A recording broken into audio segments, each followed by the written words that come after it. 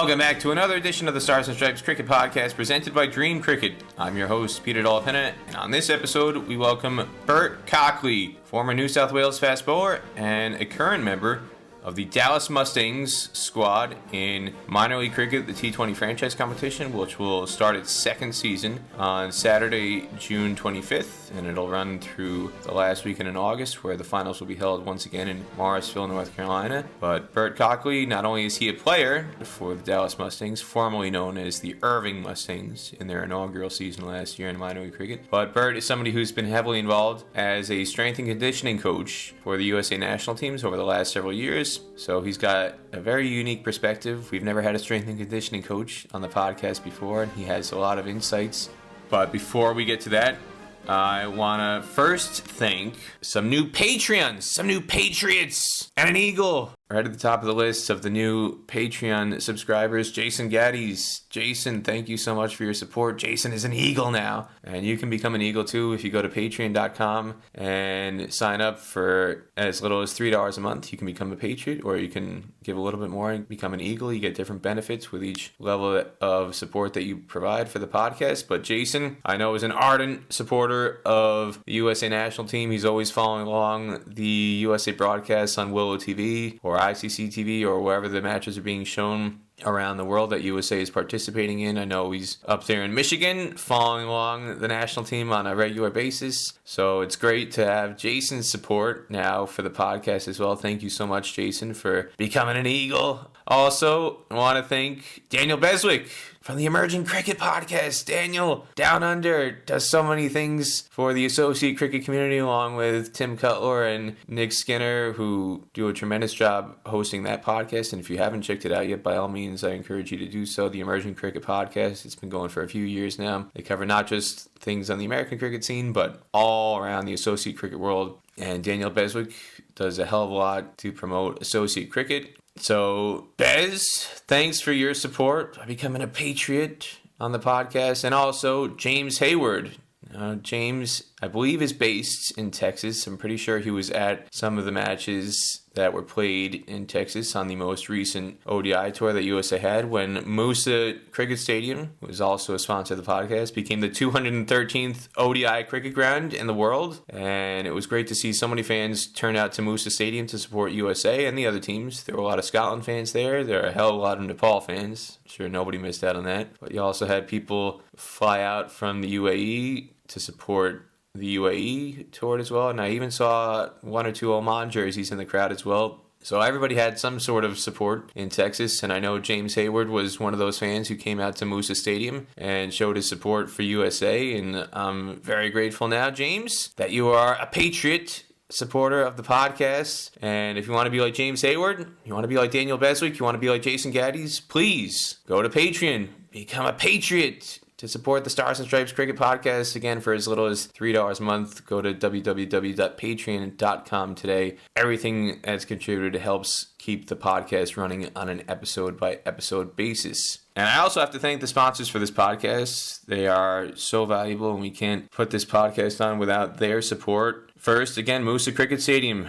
the first turf wicket facility in the state of Texas, and now the 213th ODI cricket ground in the world forever after. That's how it will be known. They hosted the first ever ODIs in the Lone Star State at the end of May and throughout the early part of June as well. Go to www.musastadium.com for more information. That's Musa Cricket Stadium in Pearland, Texas. The Stars and Stripes Cricket Podcast is also sponsored by Crickbuster, an ICC-designated official travel agent for the 2022 ICC Men's T20 World Cup in Australia this October. Crickbuster is your one-stop shop for all of your touring plans if you're heading down under. Visit www.crickbuster.com to begin planning your trip today. And finally, again, the Stars and Stripes Cricket Podcast is presented by DreamCricket. The DreamCricket store can help you fill up all of your cricket kit requirements. Anything you need, whether it's bats, helmets, gloves, pads, or jerseys, go to dreamcricketstore.com today and get 15% off your first order. Dream Cricket Store also offers free shipping on all orders over $200. So again, go to www.dreamcricketstore.com and take advantage of those offers today. Today's edition of the Stars and Stripes Cricket Podcast presented by DreamCricket. I'm joined by USA strength and conditioning coach and also player for the Irving Mustangs in minor league cricket competition put on by Ace and Major League Cricket. And most recently at the Houston Challenge organized by MLC, you were one of the head coaches of the MLC regional squads, the Central squad, which was captained by Corey Anderson. Welcome to the show, Burt Cockley. Burt, welcome. Thanks for having me. It's good to I've seen it getting around on social media, so it's nice to make my debut. You're a man who wears many hats. Today you're wearing a Lone Star State hat. You got your Texas hat on. You've worn I've seen you wearing Kansas hats, I think, in the past. You're somebody who's worn a number of hats on the franchise scene in Australia and in state cricket. How is life now with your current Texas hat on in the Dallas Metroplex area? It's good. It's funny. I never thought I'd end up here. It's bizarre how it all ended up. But I'm living in the US now, and we were up in Kansas. So that's where my wife's family's from. And we were living in Perth, and I'd finished playing cricket, ended due to injuries, and we were just hanging out in Perth and doing our thing. And then her dad was sick. So we basically sold everything we owned and moved to the US. I applied for my visa, and we're living in Kansas for 3 years, and went to school, and, we're ticking boxes and, upskilling ourselves. And we moved here, 9 months ago. I feel like I'm a lot more Texan than Kansas. In what way? Elaborate, please. Have you gone out and bought a gun yet? Guns, plural, singular? Do you have a big state Texas flag hanging in your backyard? I was given a little by my father-in-law. He gave me a little, I don't even know what it is. It's like a little rifle. I haven't even loaded it yet. Don't own a gun. Bert, there's nothing more useless than an unloaded gun. I know. I wouldn't even know have one. It needs some bullets. If not, then what are you doing with it? Well, I keep telling everyone I've got boomerangs. Pull my boomerangs out. No, I don't know. I feel like I fit in a lot more. There's more cricket. We're in Kansas, there's no cricket. So obviously I grew up with cricket, played cricket. In Kansas, there's nothing around. So Bert, I dispute that. I've played cricket in Kansas. That's a lie. Come on, Bert. You didn't find it. It was there. No. It was looking for you, Bert. I'd heard about it. I'd never ventured out. They're basically just playing on baseball outfields, which is fine. Like, for me, I was like, I'm not going out and doing that. That's like nothing how I've played cricket. I like cricket, but not that much. But Dallas is good. It's a big hub. There's a lot of cricket. There's lots of exciting stuff happening. So that's pretty much drove us down this way. There's a story on the Cricket Australia website from several years ago, written by Martin Smith, Rebuilding Burt, How Cricket Changed a Life. And it goes through part of the story of how you wound up in America and in Kansas. So for people who haven't read that, by all means, I would encourage them to read that and find a little bit more about Burt Cockley's background, because it's quite a fascinating story on a personal level and also on a cricket level. But it tells how you came to the U.S. as part of the story.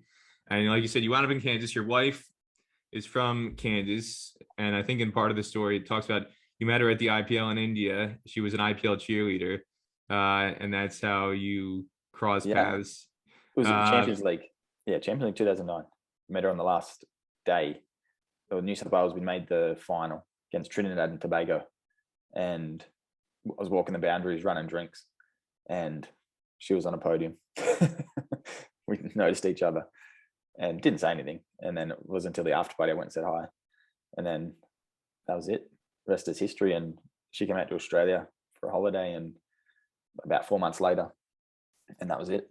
We did long distance for 3 years. And because I was playing cricket and my job in Australia, I could only come over during the off season. So every off season I'd come to the US up in Kansas, and then every school holiday she'd come out to Australia. So long distance 3 hard was pretty difficult.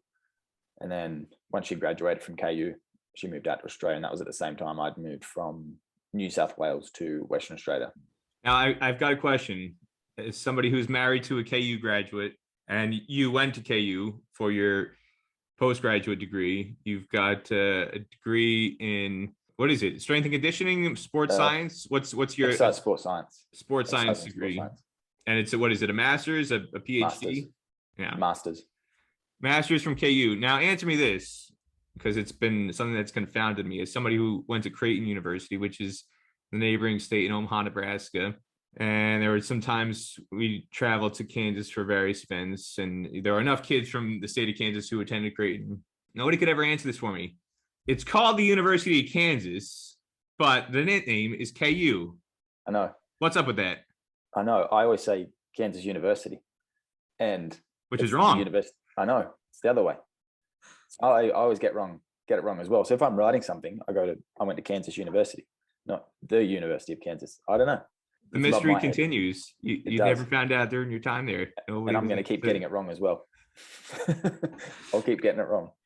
Nobody was able to unlock the secret. Oh, well, somebody else. Maybe there will be another KU graduate in the future will come on the podcast who can explain it, Burt. But it sums me up a bit. I pay attention, but not that much. Well, I was out in Nebraska for 4+ years, and I never was able to unlock the mystery. And no, very strange. Well, let me ask you this: can you explain Rock Chalk Jayhawk?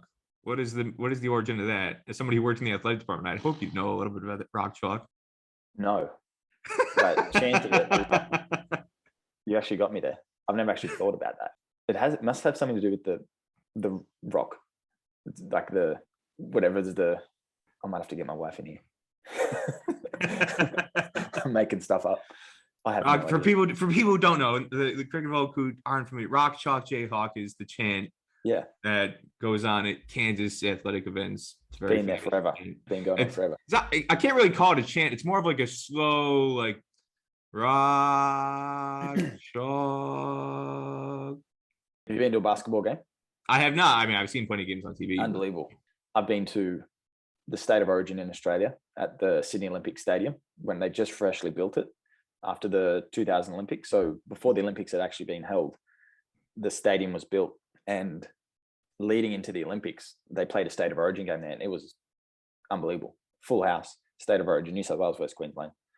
That's probably the best atmosphere I've ever experienced. And then we got tickets to a KU game, and all I kept hearing about is the loudest place on the planet. And they were right. It was unbelievable. Like the atmosphere, the singing, the traditions, it was cool. Like it was really cool. And so that started like laying some seeds like early on that like I'd love to go here one day. Like I hadn't thought about doing a sports science degree, but the traditions and everything about KU and going to college, like I never felt that in Australia. Like I never felt I'm going to go to the University of Sydney, and I never felt that I was going to be a carpenter builder. That's what I was going to be. I was an apprentice when I was 18 in construction, and never crossed my mind to go to university. So when I was coming over and we went to a basketball game, I'm like, this is cool. Like whatever this is really cool. And it was loud. So they were singing Rock Chalk Jayhawk, and there's another chant they were singing.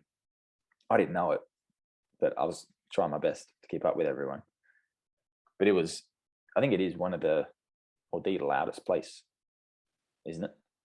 In terms of the college venues, there's always arguments. If you tell somebody about going to see a game at Duke or North Carolina, they'll say they're the loudest. Or if you ask them about, I don't know, Alabama football or Michigan football or Ohio State football, they're going to argue they're the loudest. 100,000 people in a stadium. And college football is very parochial and it's very unique.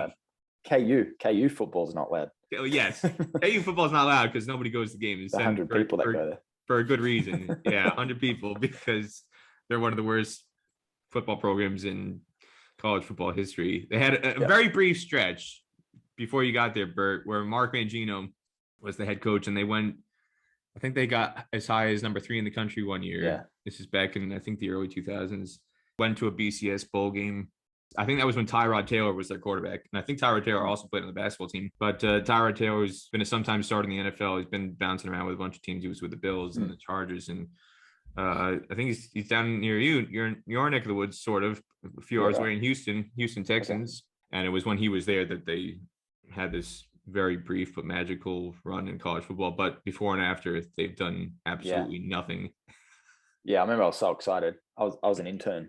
So I interned with KU basketball, strength and conditioning for, it was maybe 6 months under Andrew Hootie. And then I wanted to go over to football because I played rugby league and it was a bit more down my alley with contact sport and strength and power, and contacted the head of strength and conditioning there, Zach Woodford, He was like, yep, come in. And so I interned there for about a year and a half, and it was awesome.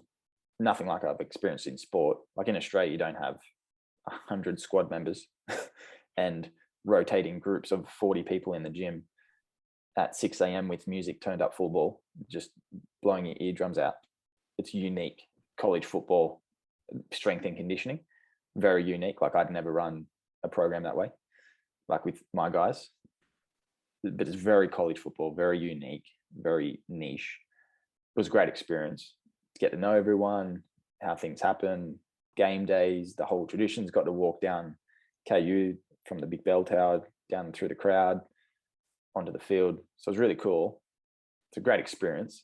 But I kind of realized that how I've been shaped and molded through sport and interactions with cricket and rugby league, college sport's very unique. It's a different beast.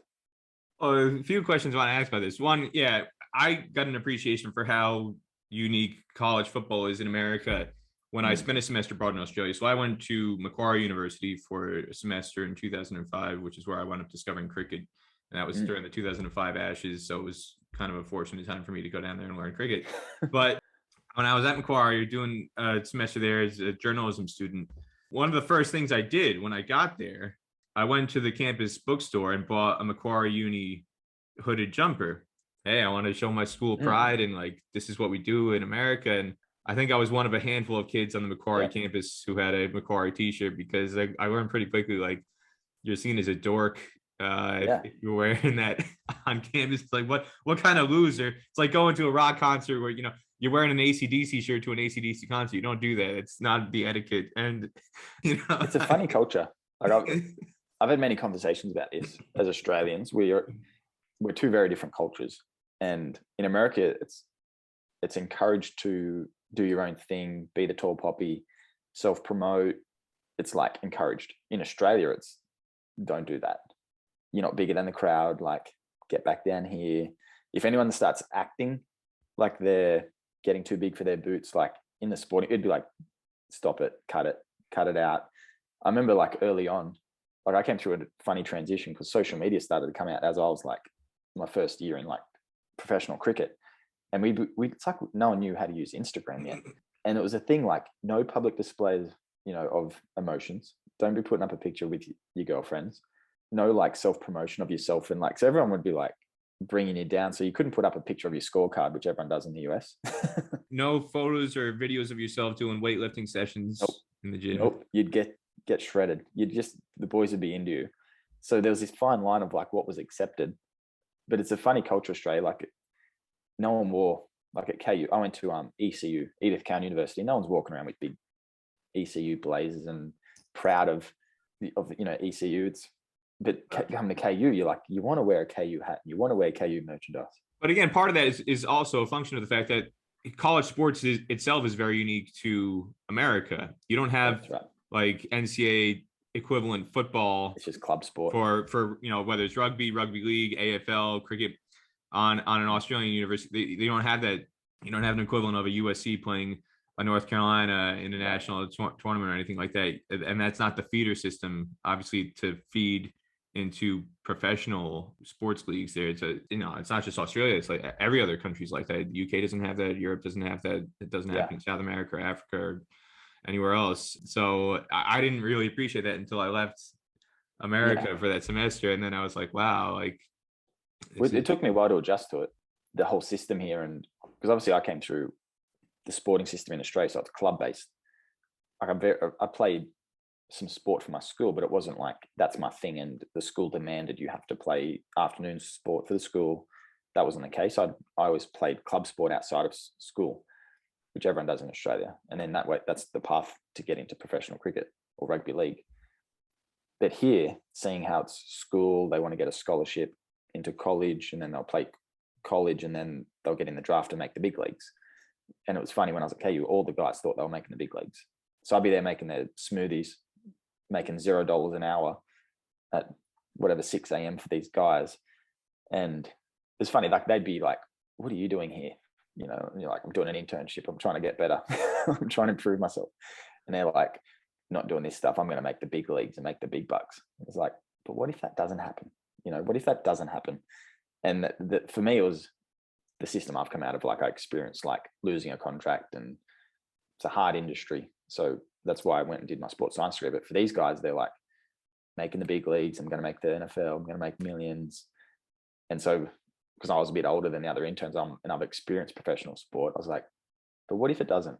And you could end up in wherever making $9 an hour. So it was funny, the system, but I also seen the system as there's a lot of opportunities for other sports, like emerging sports like rugby. So NFL, when I was KU, I thought most of these guys, if they don't make it in any kind of NFL post KU, USA rugby, and they're really good, the sevens. It's a lot of the running backs, and I thought they could somehow scout them into rugby, and the USA rugby team should be dominant. If you think of how many guys out of the NFL could transition, and it's an easy transition for them, but I just never understood how that doesn't happen, that there's not this transfer of players into the rugby scene, because it's their college careers end, but that's it. Their whole sporting career ends, and they're 24, where club base you can play till you're 35.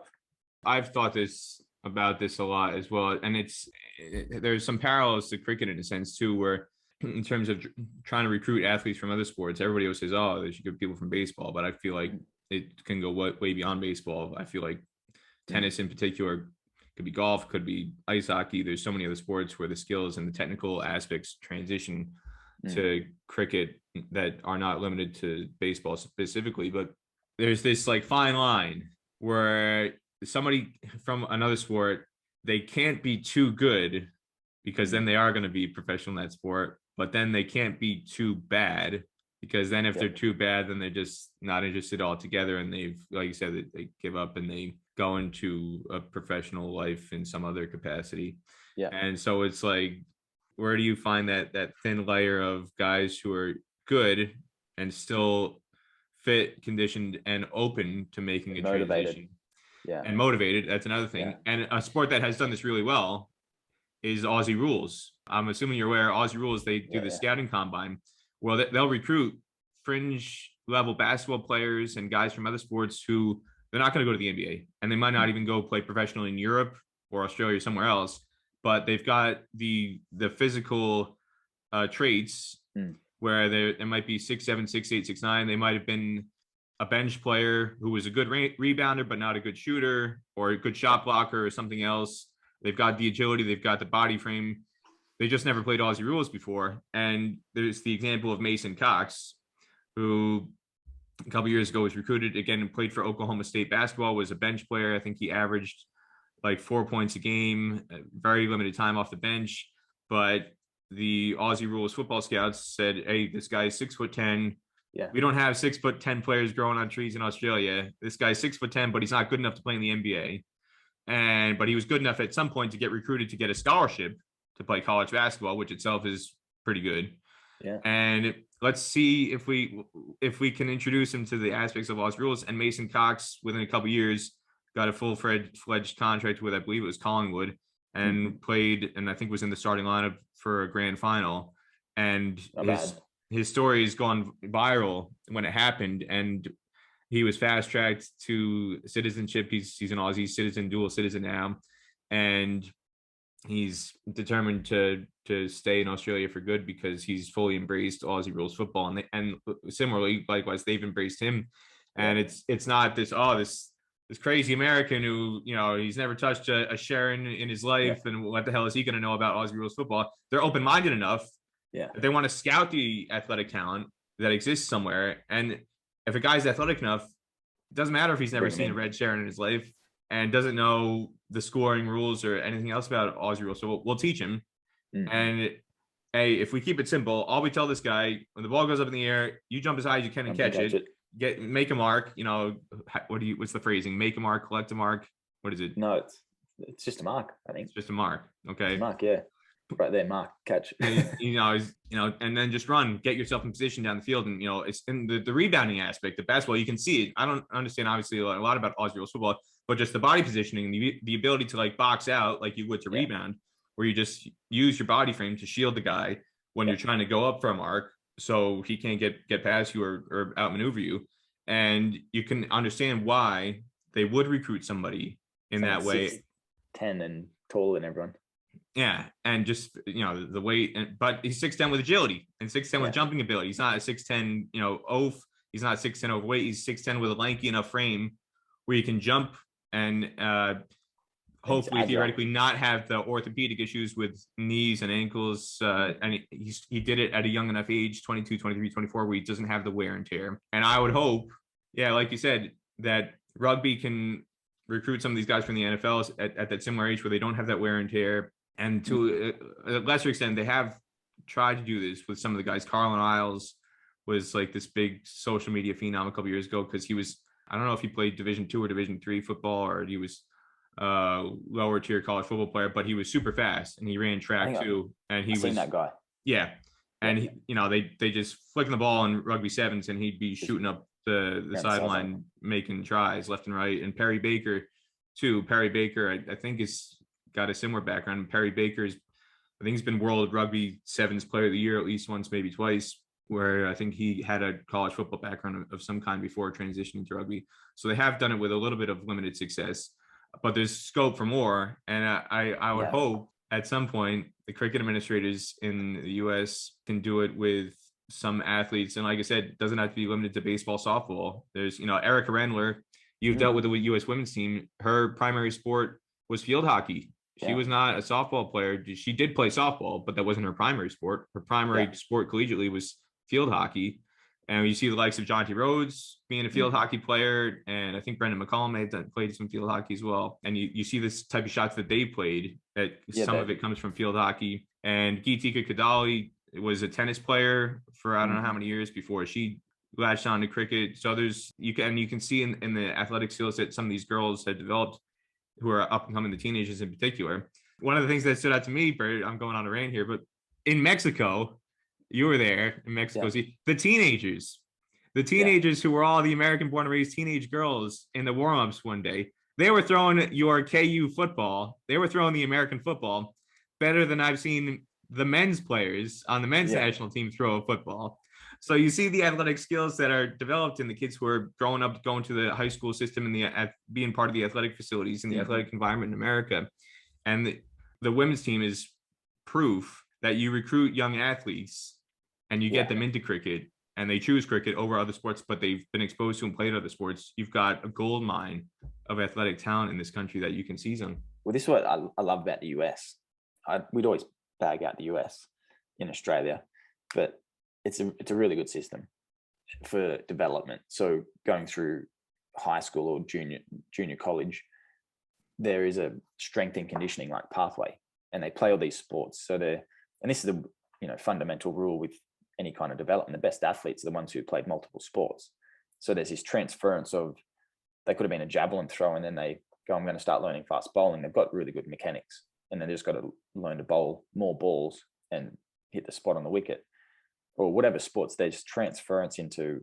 So that's why a lot of the kids in the US, they're just tunnel vision and they're all 10 years old doing cricket every day. I can't stand that. I run across it. I used to run across. Everybody runs across it. And when I've done the limited junior coaching that I have, and I asked some of the parents, I dealt with. I do a lot of fielding practice and fielding training with kids in the 10 to 13-year-old range, 14-year-old range. And I asked them, what else do you do during the week when you're not training cricket? And they say, oh, that's all I care about is cricket. Yeah. All I want to do is cricket. I say, no, please play other sports. You have to play other sports. You cannot just play cricket. And it shows you can tell the kids who are playing other sports, like a Rahul Jarawala, who plays baseball, has played varsity baseball in California for his school team. Stephen Taylor grew up playing other sports. He played basketball, he played football. But of the recent kids, Rahul Jarawala is a great example of that. And Geetika, they played other sports, and the athleticism that they demonstrate, you can pick it out immediately. And I try to tell the parents, please, Geetika's parents, don't let her stop playing tennis. If she wants to keep playing tennis, encourage her to keep playing tennis as well as cricket, because there are so many skills. Players I remember I was 18 when so I'd play rugby league and cricket, but then in amongst all that, I'd play touch football, I'd play sport at school, I'd ride my bike every day, and to ride to and from cricket practice, because my dad wouldn't drive me. So I'd ride to and from practice and ride to the gym. So I was doing a lot, but I have these kids that come to my garage gym and they're basically doing cricket 12 months of the year. And so it was the off season. I had them in the gym, and I was like, so what do you do? What do you guys do? And they're like, well, we'd gone to practice today. And so every day they're hitting cricket balls or bowling. And I'm like, guys, you need to actually like stop. You need to like take some time out and just refresh, because you got like literally like 8 months of a season to come. And they're like, well, it's not actually a season. There's two parts to the season. There's this winter season and then the summer season. I'm like, so when do you have the time off? I'm like, well, we don't. It just bewildered. Like I didn't know that. So I'm learning a lot just by living here, that the ecosystem set up in a way that you can play as much cricket as you want, but also it's setting up, I feel like it's setting up a lot of the kids for failure, in the sense that there's no off season to it. So they don't go and play another sport. They're just year-round cricket, and they're not actually going away from cricket and then getting the urge. Like I'm excited for cricket season, and I'm really motivated and excited, but it's the same. It's the same 12 months of the year. Well, cycle. It's not just the physical transference skills. You use the word transference that you develop from playing other sports, and like you said, the best athletes in America and in the world and a lot of places, they're multi-sport athletes. I mean, it's extremely common for the people who don't listen or watch regularly, but all the best athletes who are highly recruited for the NFL or college football scholarships, whatever, they'll play college football in the fall, basketball in the winter, and then baseball or lacrosse in the spring. Kyler Murray with the Arizona Cardinals. Kyler Murray was the first overall draft pick in the NFL, but he was also, I think, the 6th overall draft pick in the Major League Baseball draft for the Oakland Athletics. He was a phenomenal baseball player as an outfielder, had incredible base running speed at Oklahoma. And the Athletics were like devastated when he decided that he wanted to go back to Oklahoma to try and keep playing football. And Joe Mauer is another great example. Joe Mauer was the first overall draft pick for the Minnesota Twins about 15, 20 years ago. He was a high school catcher drafted out of high school, but he was also an All-American high school. He was the top. Not only was he the top high school baseball recruit in the country, he was also the top high school quarterback recruit in the country. Marion Jones, the gold medal track athlete from America, the sprinter, before she was disgraced and caught up in the steroid scandal. She went to North Carolina, and she was on the national championship team at North Carolina as a starting point guard before she went off to having a track career. There's a few of the guys in the system that they're doing track, and I love it. So there's two different kind of groups. The ones that in our system that they go to school and they're part of a track program. There's athletic development incorporated into their program. So there is a gym and kind of running. So I'm like, do it. You're good. I trust it. But then there's the ones who are they're not doing anything like that at school. And then they've got to follow the program, but they've got to be self-motivated to follow it.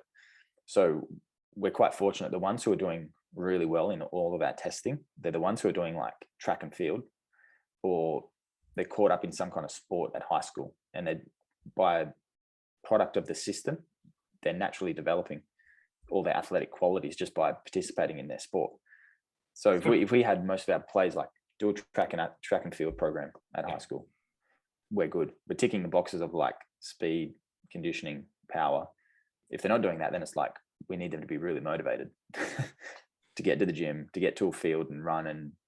But it's not just that. I mean, the other aspect, you talked about transference and all these athletic skills you develop from other sports. But for me, I would argue just as important, if not more important, is the social skills you develop by playing team sports in particular, and some of these other sports, whether it's football, baseball, basketball, because not just on the field during the course of play, but in the training aspects of cricket is an intensely individualistic sport.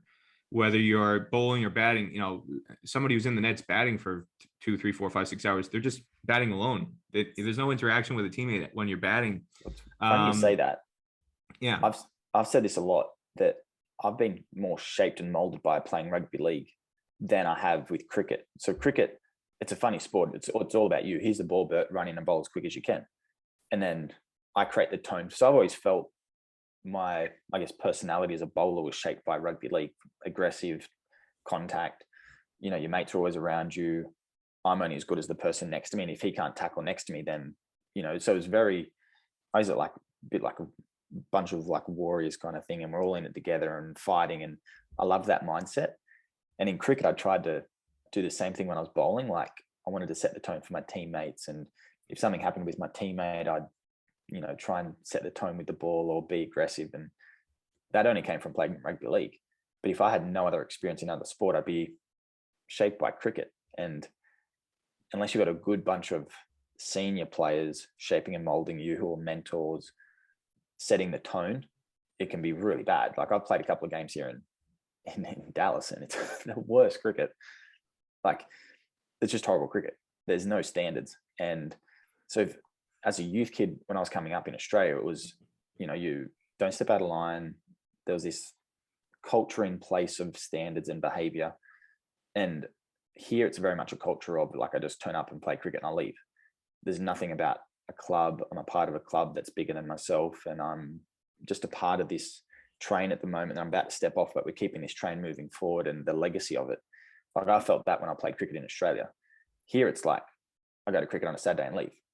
And I'm not caring about the young 15-year-old who I need to mentor and develop so he can then open a bowling for our club one day.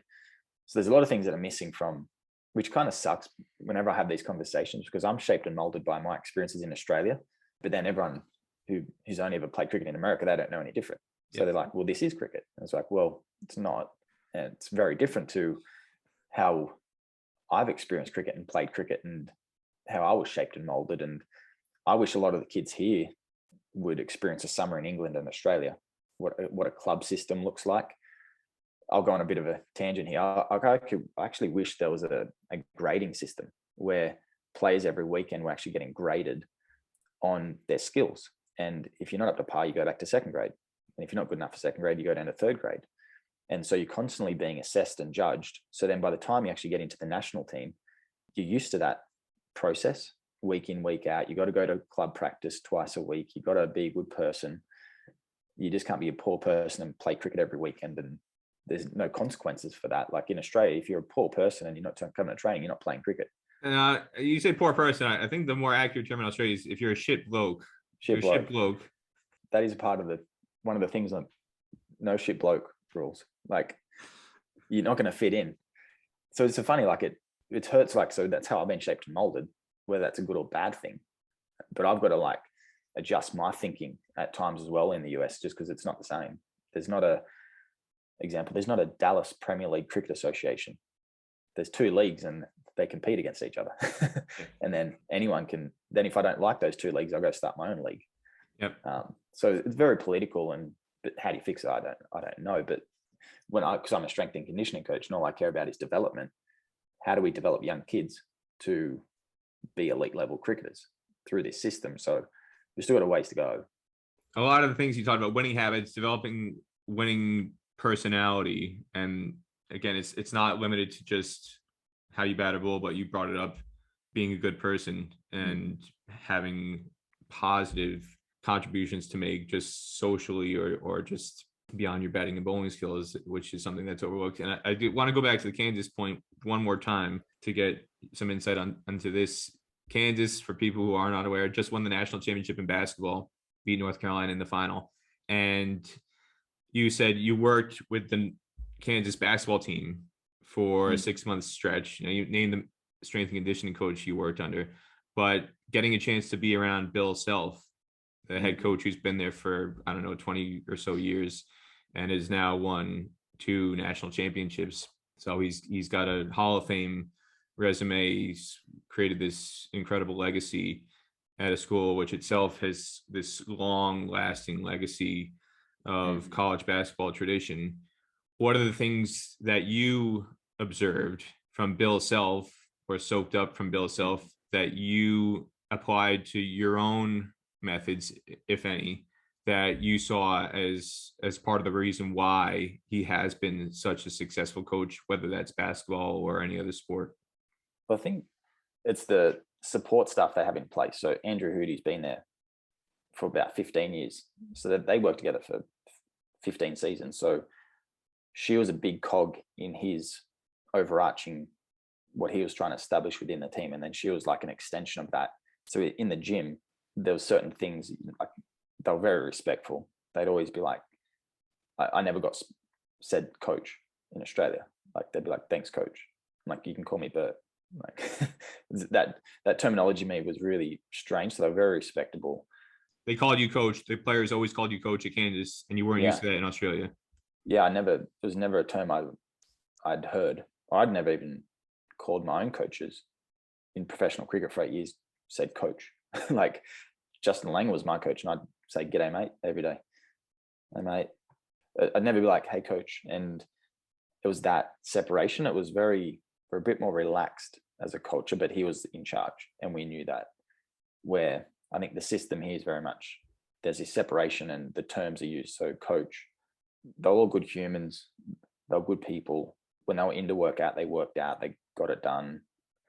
I didn't have too much to do with like the in dressing room stuff when he was having in-person meetings, but how the program was, there wasn't like many faults. There wasn't any issues when you went into the gym with the players. You wouldn't, outside looking in, you wouldn't think there was any issues with the team.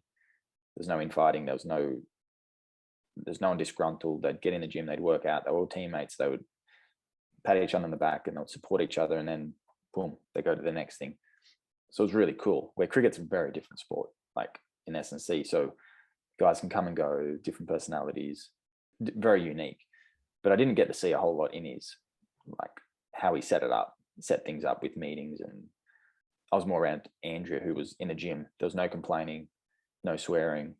Like the tone was, when you get in there, you train, you got to say coach to any of us. Everyone put their weights away.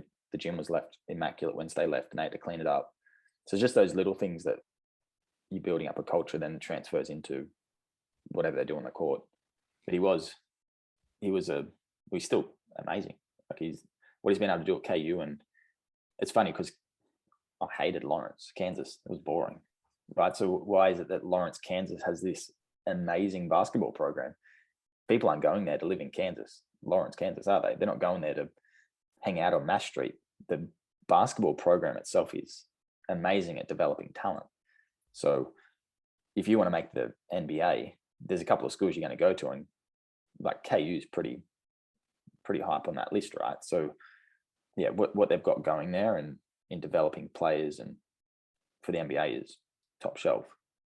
That to me is part of the miracle of Kansas basketball, and to a lesser extent, Kansas State football several years ago when they had Bill Snyder as their head coach, and Kansas State went to some major bowl games under Bill Snyder and were able to develop some high-end NFL talent, is the fact that in both places, Lawrence is, for people who are not aware of Kansas geography, Lawrence is like halfway between Kansas City and Topeka, which are like the two bigger cities in Kansas. And then Manhattan is like an hour or so west of Topeka. But there's an awful lot of nothing in between Kansas City and Topeka. And you could say 50 minutes from Kansas City, and it's in the middle of nowhere. Yeah. Like it's funny. Yeah. And because of that, like you said, I've been to Lawrence, been in that general area for when I was traveling through for cricket, and also traveled through it for Creighton baseball activities when I was working in the athletic department at Creighton while I was an undergrad. And it's hard to appreciate unless you've actually been there. The fact that you would wonder to yourself, how the hell do they recruit athletes to come out here? Because it's in the middle of nowhere. And it just little day-to-day living things, like the winters there are brutal. The winters there are freezing cold, and it's not just the snow, it's the wind that whips up. You get out there in the wind chill, and it's unbearable at times. It'll be 0 degree weather and 30-mile-an-hour winds, and the wind chill will be -20, and it's just god awful. So I'd come from like living on the beach, so I lived in Sydney, Newcastle, and then Perth, then Lawrence, Kansas, and rough. Like I never had allergies, and I started breaking out in like hives. First winter I had over there, and like it was hard. Experienced like first time seasonal depression. I'm like, what do we do? It's snowing, it's cold. When do we get to go outside again? And like it's a bizarre place. But in saying that, if all the kids ever do is basketball, they're very motivated. There's not a lot of distractions, so you can like run a good program, and the kids just go in, train, go back to their dorms. It's a very simple existence. It's hard. It can be, like you say, if they're devoted, you can make sense. But if I was a Division I athlete and a coach was recruiting me from USC, and a coach was recruiting me from Kansas, or a coach was recruiting me from Miami and Kansas, I don't know how the coach from Kansas would win out over the coach from Miami or USC or UCLA when I've got equivalent standard facilities. Each university's got multi-million-dollar, $100 million athletic complex training facilities that I can access. But Same. in Miami and in Los Angeles, I can have sun and beautiful women and going to the beach. And Yeah. Kansas. There's two seasons. There's summer and winter. And when you're on campus, you don't really experience an awful lot of summer because the semester ends in May and you don't come back until August. And so you miss the summertime. And really, it's winter begins in October and winter continues through April, May. There's no fall and spring. It's just two seasons. You're right. It's not good. That's why we couldn't get out of there quick enough. I couldn't. I basically dragged my wife like we're going. So you're in Texas now. Much easier living in Dallas. There's more stuff to do in the Dallas general area.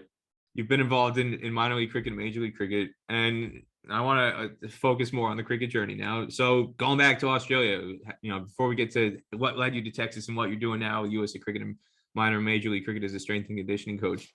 So growing up in Australia, from New South Wales originally, and you made your New South Wales country debut in January of 2006.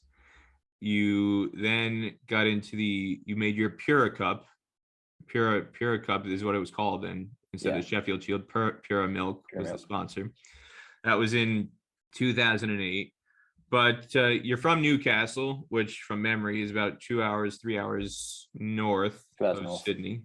Yeah, you talked about the influences of rugby league and other sports you played growing up. I mean, what was life like growing up in regional New South Wales, and what do you remember as your earliest cricket memories as to what drew you into cricket? I think I was very fortunate. I had a lot of good, I could keep coming back to these mentors. I had a lot of good adults around me that shaped and molded me and, ping-ponging me in a good direction. So I was always a good athlete. Early on, I was got selected for the Newcastle Knights junior rugby league program. So my first dream was to actually play for the Newcastle Knights. And there's a guy no one on here might have heard of. His name was Paul Harrigan. He was the front row for the Newcastle Knights, and he was the captain. And he was this just tough man. And he just led by example. And if there's any big game, he just like, I'm going to do it. And you guys just come with me. And he just smashed people. And I grew up watching this Newcastle Knights team that had never won a grand final. And they won this grand final. They were the underdogs.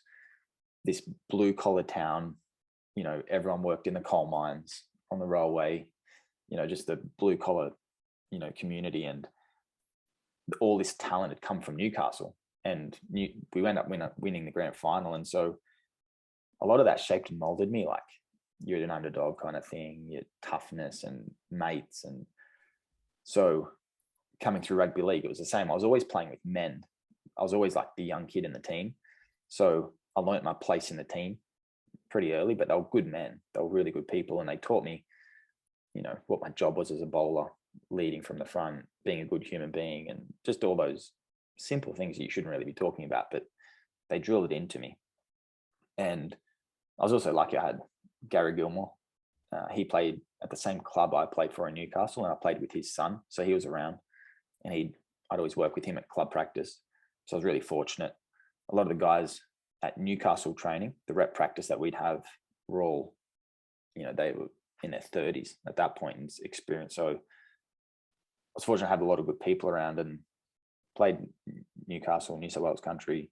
And it wasn't until, so being in Newcastle, the only way you can make it professionally in Australia is you need to go to the capital city. In Newcastle, I had to move to Sydney, or if you're in Queensland, you got to go to Brisbane, Perth, whatever the capital is. So out of high school, I always wanted to go to Sydney and play, but I wanted to make sure I had a big season in New South Wales country to establish a name for myself as a fast bowler and just develop a bit more. And so I waited until I was 21. So I played a couple more seasons in the country playing for, so there's a few different, the people I played with, they were like, you can either go to Sydney and play second grade, or you can play here, open the bowling for Newcastle, New South Wales country, play New South Wales country Colts, and play hard cricket and really challenge yourself, but play with men who have been around a lot. And then when the time's right, like when you're hitting the straps, like then get to Sydney. And so that was the approach I took. And I had a big season. I had a lot of phone calls. People want me to get to Sydney, and it was 21. And Billy Anderson, they're at Randwick Petersham. They rang me and said, "Can you come to Sydney? Do you want to come down and play for us?" At the same time, I had multiple clubs want me to go and play for them, and end up picking Randwick Petersham. The president's Mike Whitney. So I was like, well, that's good. He's a bowler. He's got that mindset and mentality that I want to learn from. Billy Anderson, and the captain was Simon Kadich. So he was obviously the captain for New South Wales and played for Randwick. And they also had Nathan Horrocks, Usman Khawaja. So I was like, that looks like a good team to be around. If I play well with them, I'm around guys who are already part of the system. So I picked them, and I remember Billy had organised for me to just go netball at New South Wales. No one knew me. I rocked up and had a beard, this kid from the country. So I was big and strapping and looked like I was a rugby league player. In first session, I just bowled like fast, bowling quicker than nearly everyone at training. It was a full training session. So back then, training was awesome. It was Brett Lee, Bracken, Stuart Clark, Haddon, Watson, Michael Clark, Kadich, Jakes, McGill, everyone. Plus then, so that was all the guys who were playing for Australia. Then you had the actual New South Wales squad. So then everyone in training was unbelievable. Like it was unbelievable. So every time you went to training, it was like a selection, like you being picked. So everyone was bowling fast. It was red hot practice. And I remember my first practice, I bowled really well, and everyone was like, "Who's this guy? Who's this old guy from the country?" I remember Usman. He always was like, "You look like this 30-year-old that just come down from Newcastle." And anyway, I got picked for second 11 that first weekend. After that first couple of weeks of practice, and played second 11 for the rest of the year. I was just playing grade cricket, and I didn't debut for New South Wales until just after Christmas. So when you say, second 11, when you say second 11, you're talking about Randy Pete's second 11 or New South Wales second 11? New South Wales. Yeah. But you were being picked in the first grade for the Randy Pete's. Yeah. So I was open the bowling for the Randwick Petersham. So I went straight into first grade. So that was when the time was right. I didn't want to go to Sydney and play second grade. So I wanted to show that I'm good to go. I'm the opening bowler. I'm going to slot straight in and open the bowling. Yeah. So that was my role with them. And then played second 11.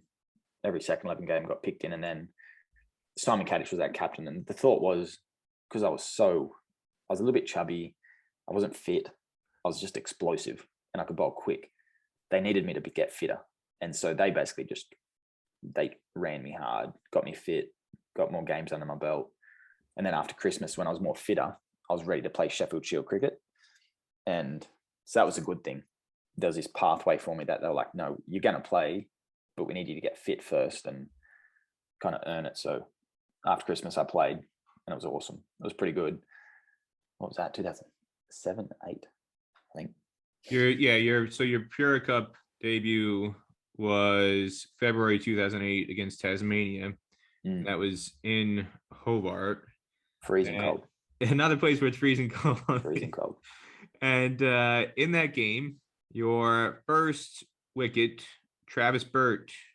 I'll never forget that. Yep. Take us through it. It's funny, just to set in grade cricket, I was doing really well. I was confident, bowling quick. I was comfortable with what I was doing, but then you take yourself out of that and then you play Sheffield Shield cricket. And it's just it's what you've been dreaming of for forever. And I was like, oh my God, this is overawing. You got Michael Divenuto, Dan Mark, all these people are playing. Bailey, Tim Payne was playing. So this is kind of run through the rest of the list. So you've got George Bailey, Dan Marsh. You've got Luke Butterworth, who I don't think he ever played for Australia, but he had a very, very good first class career. Yeah, he had one outstanding season, but it was just at the wrong time where there was a lot of Jim at the top. Brett Jeeves, Ben Hilfenhaus. So it's a stacked lineup, and alongside you, New South Wales. So this is the New South Wales 11 that you cracked for your debut. Phil Jakes, Philip Hughes, Simon Kadich was the captain, Peter Forrest, who had a very lengthy first-class career, Bo Casson, Dominic Thornley, Usman Khawaja, Dan Smith was the wicketkeeper. Matthew Nicholson, Mark Cameron, and Burt Cockley rounded out the 11. So that could be as good as an international 11. And here it is a state 11. So I came through the system when it was before there was this youth policy, and Sheffield Shield was the thing. It was the main product in like Australian domestic cricket. There was no Big Bash. T20 cricket wasn't around. So you'd basically travel, you'd play a 50 over Ryobi Cup, and then you'd have a day off and then play a 4-day game. And so Sheffield Shield was red hot. Like it was good cricket. And to crack into that team you felt like you were a part of something pretty big. And it was just a bit overawing. Like whatever it was, 8 months before that, I was just playing country cricket up in Newcastle. And then here I am sitting in the change dressing room as all these, superstars. So you kind of get like those thoughts running through your head, like, oh my God, am I good enough for this? Am I really cut out for it? And so it took me a couple of games. Like, well, the first thing I remember was bowling to Divinudo. And most people I could bounce and they wouldn't hit it. I remember bouncing him and he just whacked it.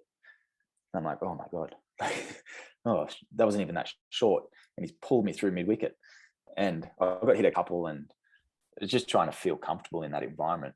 So that's that whole other thing of like your mental skills and sense of belonging. And it took me until the following season. So I played twice that season. Next season I played, it was nearly most of the season, and I ended up being the leading wicket taker for New South Wales that season. That was my breakthrough year. The Stars and Stripes Cricket Podcast is presented by DreamCricket. DreamCricket Store can help you fill up all of your cricket kit requirements. Anything you need: bats, helmets, gloves, pads, jerseys, and more. Go to DreamCricketStore.com now and get 15% off your first order. DreamCricket Store also offers free shipping on all orders over $200. Again, go to www.dreamcricketstore.com to take advantage of that great offer today.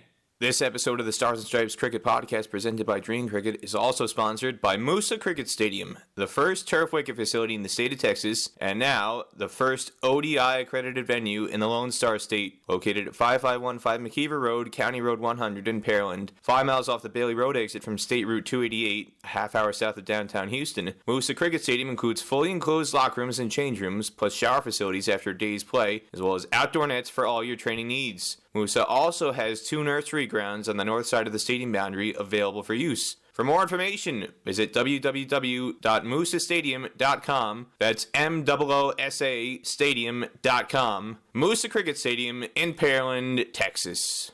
The Stars and Stripes Cricket Podcast is also sponsored by Crickbuster.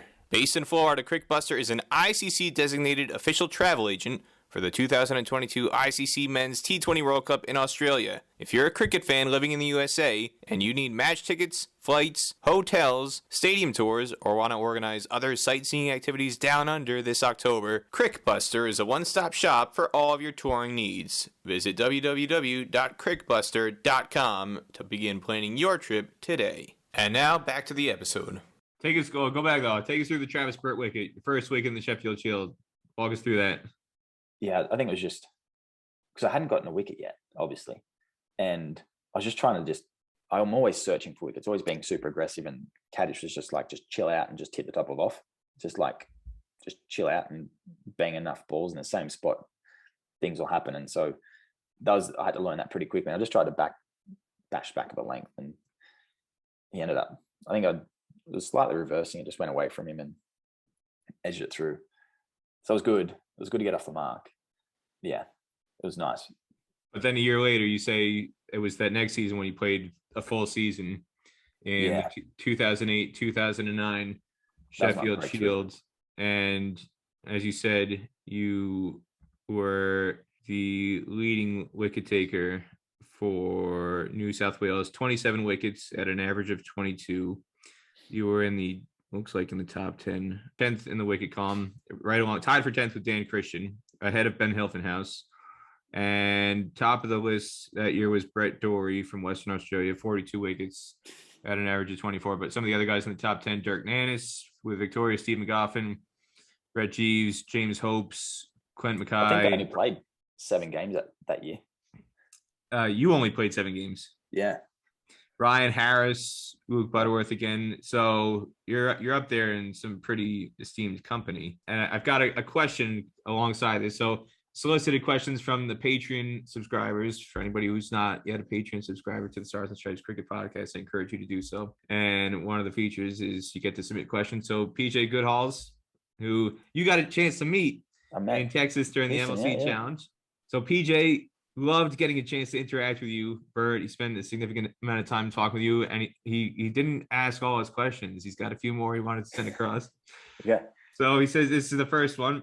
You played grade cricket in Sydney, arguably the strongest club cricket setup in the world. In your opinion, what makes Sydney grade cricket so strong, and what does USA need to do to get a similar setup in its biggest cricketing centers? Is it a case of having proper clubs with multiple teams at each club, or is it a culture thing? And I know you touched on this a little bit about how you want the structures in the US to change with third 11, second 11, first 11. But yeah, how did grade cricket in Sydney affect your ability to progress into the first 11 with New South Wales and some of the other opportunities you got in your career? Yeah, I think it's club based, but and actually there's Cricket Australia, and then under that is the states, New South Wales, Queensland, the branching of it, and then within New South Wales cricket, then there's Newcastle Grade Cricket Association, and then there's Sydney Grade Cricket, but then Sydney Grade Cricket has a board. There's a board, there's a committee, and they run Sydney Grade Cricket. And then within that is then all the clubs, Randwick Petersham, East Cricket Club, Bankstown Cricket Club. And each club then has their own board, their own president, selection committee. So there's a lot of checks and balances from the top down, and it keeps everything in. As I said, there's checks and balances. The idea of having like just not one team that I just rock up and play with, it could be 50-year-old and I'm playing Premier Division cricket, that just doesn't happen in Sydney. You got to so the idea of I've got to earn my spot every week, I really like I've got to keep competing and training and doing the right things to keep playing. So I love there's this process of accountability. So grade cricket, I'd love for that to happen here, first grade, second grade. But in reality, for that to happen, you would need all these independent leagues to come together. Let's say Dallas could have an amazing Dallas Premier League cricket. And then you could have Frisco Cricket Club, McKinney Cricket Club, whatever. And then all the cricketers just then, I want to play for this club, I want to go play for this club. And then there's first team, second team, third team. There's a board, there's a selection committee, just like, as I said, that's all I know cricket as. But unfortunately, that's not the case here. How that happens, you'd need all the owners of these leagues to basically just, in essence, be willing to combine with someone else and run a league together. So in your eyes, it's not just necessarily the competitive aspects of grade cricket in Sydney that make it so good in producing players. You're indicating more the administrative side of it and how structured and streamlined it is administratively, that you feel that that's what made it so strong, and that's what's really missing in US cricket. Yeah, I had to go to training. I was contracted and I had to still go to grade cricket twice a week. So I was a part of the club and they expected me to be there. I wasn't better than the club. I wasn't bigger than the club. I'm a part of this club. And so I'd still go to training every Tuesday, Thursday. As a professional cricketer, I'd be there. If I didn't train, I'd still help all the youngsters and help out. I'd do whatever I had to do. Thursday nights was selection nights. So you'd always go back to the club. Everyone had to be there if you wanted to get picked. So you had to go back to the club, selection meeting, they announce all the teams, and then, have a couple of beers, barbecue, and then you go play cricket that weekend. You felt like you were a part of something. And that's why I'm still closely connected to my clubs in Australia. And I still talk to everyone because I actually feel like I'm a part of something. And that legacy of the club, I was a small cog in that little wheel. And I'm proud of that, where I'm not sure how many people generally feel that playing cricket here, because there isn't this, it's not like McKinney Cricket Club's been running for 80 years, right? And won the Dallas Premiership Club Championship. There's nothing to show. There's no legacy. No, there's no who the best cricketer in Dallas is and how you rank that cricketer, amongst their peers, because there's no ranking system of performances. It's just, I go play cricket on a hard wicket against a 50-year-old and I whack 200 off 80 balls.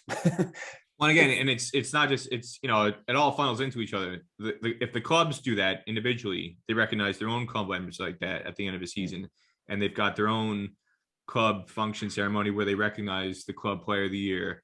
Then that funnels into the league would start to recognize the league player of the year, and you would have a plaque that you go to a location, whether it's a club or some sort of hall, whether it's the headquarters, and you see the history, the historical aspects of this, just from a basic functional standpoint. This stuff gets recorded, and it's recognized, and it's passed on through generations. And you do see that at certain clubs in the U.S., but it's very limited. And these are the legacy clubs. These are the clubs in New York and Philadelphia who have been around for 100 plus years, or in California, the Hollywood Cricket Club, something like that, that's been around for 80, 90 years. You do see that and stuff. Those kind of clubs do that, but it's very, very limited. And that was one of the biggest frustrations for me when I first started to get involved in cricket in America. And it's one of the reasons why I decided to get involved in cricket journalism, was because I would go online to Cricket Info, and specifically covering the U.S. national team. I'd look for records in terms of who's represented USA and who is the best player, in the 90s or best player in the 2000s. And it was very hard to classify or kind of streamline, well, who was the best player?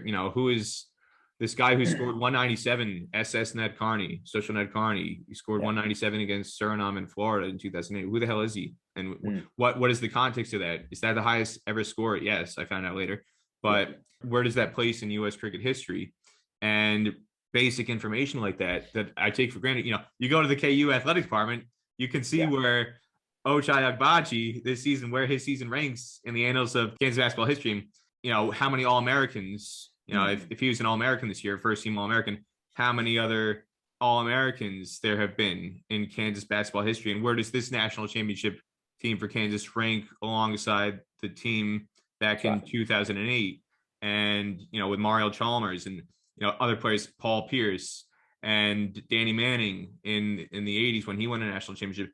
All this stuff is recorded. Some of the most basic fundamental elements of history recording and documentation doesn't exist at national level, at regional level, at club level in the US. And that was one of my motivations for getting involved, because again, photography, not to sound arrogant or toot my own horn here, but I've made photography almost a personal crusade of mine. I learned photography skills through my journalism major, but in the last decade of US cricket, last 12 years of US cricket history, there is arguably more photos and more things documented of US players in the last 12 years than in the previous 100 years combined. And that was simply a function of my own frustration, because I would go research and want to write articles about previous US national teams and players. And I'd go online, I'd go research archives in various places, and I couldn't find photos of players. I couldn't find what uniforms USA wore, what they looked like, or what the players simply looked like, headshots, all this basic stuff. You can find headshots of Don Bradman and Arthur Morris and Keith Miller and Alan Davidson and Richie Bennett when he was a player. All this basic historical documentation in Australia from the time of Bradman to before Bradman to 1877, the first Ashes Test. It's all documented. None of that documentation exists in American cricket, and it pissed me off so much that I just said, if nobody else is going to do it, then I'll do it. So that's what got me started in covering U.S. cricket more than anything. The first time I ever walked into New South Wales cricket, and New South Wales cricket, this is where this legacy piece comes into it, how I'm being shaped and molded. Stuart Clark used to always say, New South Wales cricket is the best state, county, province in the world. We are the best cricketing state in the world. And we need to act and behave and play in a specific way of cricket because we are the best. But you'd walk into New South Wales cricket, the head office, and there was just memorabilia everywhere. And you're just oh my God, these are my heroes. And you'd go into the change rooms at SCG. And as you walk in, there's the main room that you see on television. You go through the door, there's a big table. You go through another room. It's there's a physio area. And then you go up on this step, and there's just all the cubicles that the players sit in. And where I was, basically, that's given your seat. You're not allowed to sit anywhere else. There's Simon Kadich. That's his seat. And he's not giving that up until he's finished playing, and then so forth. And everyone, that's their seats. And they've signed it. So Glenn McGrath's got his, And if Glenn McGrath ever came back in, that's his seat. You got to move. He's higher ranking. So then you got to find yourself another seat somewhere. But it was just this, I'm sitting in this room and I'm like, Don Bradman sat in this room. Like Keith Miller sat in this room. Jeff Thompson. It's exact same. They looked at the same bricks, the same room. And there's things in that room that were there when they were there. And so you just feel, you actually feel it. You feel like you're a part of this thing that's bigger than yourself. And that's what I love so much about New South Wales cricket. There was this, whatever it was, the awe around New South Wales cricket was, you felt it and you knew you were part of something pretty big. But here, there isn't. I haven't seen too much memorabilia of the USA teams through the various Cricket World Cup 4, League 2 stuff, 3, 2.